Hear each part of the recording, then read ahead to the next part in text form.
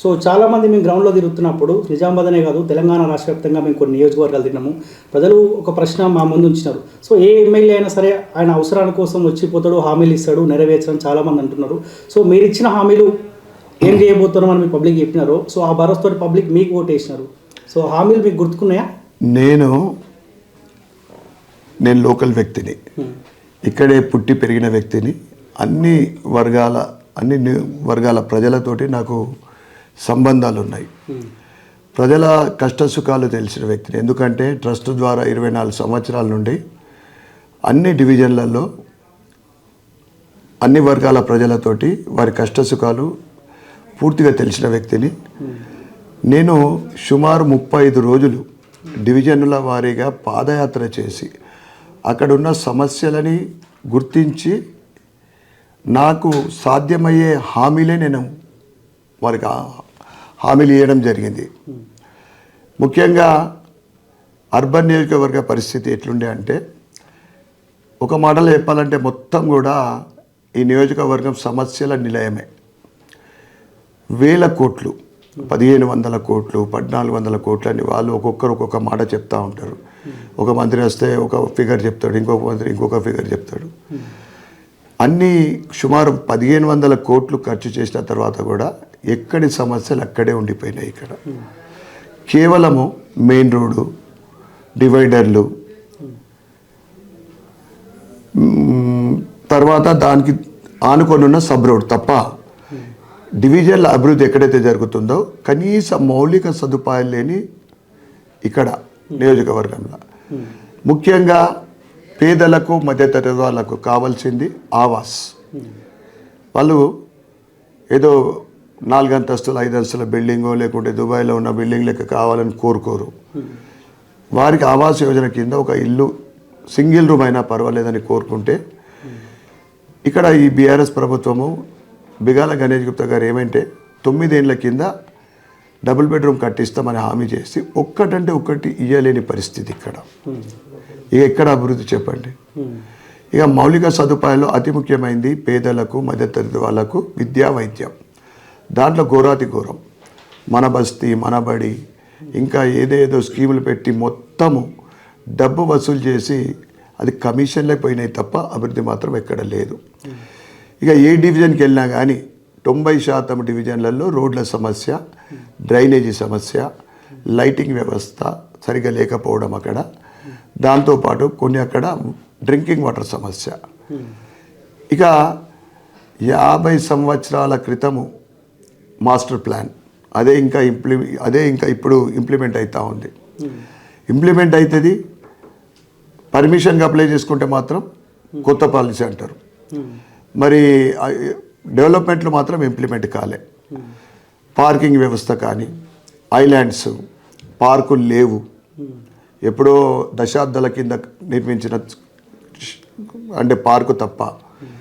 బస్తీ దవాఖానాలు నామాత్రం ఒక 3-4 బస్తీలలో ఉన్నాయి.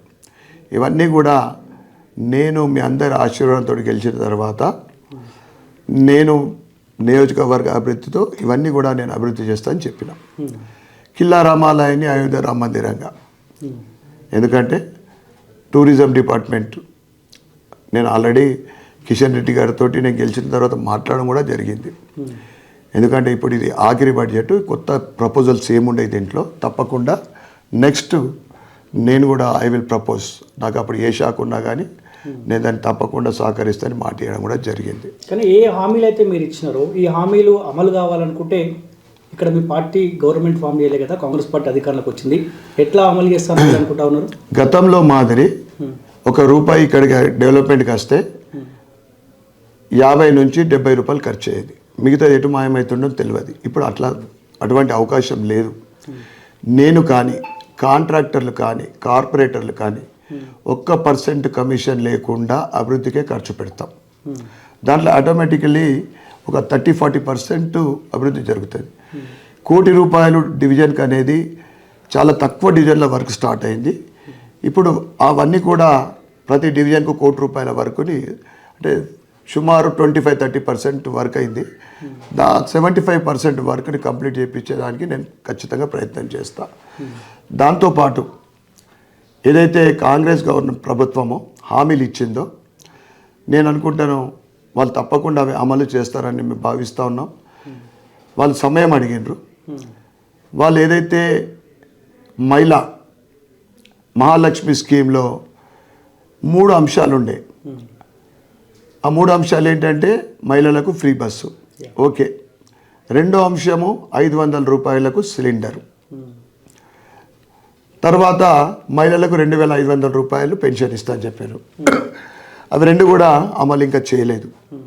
వాళ్ళు 100 రూపాయలు, కొత్త గవర్నమెంట్ కదా, ప్రభుత్వం మారింది, 100 రోజులు అడిగినారు.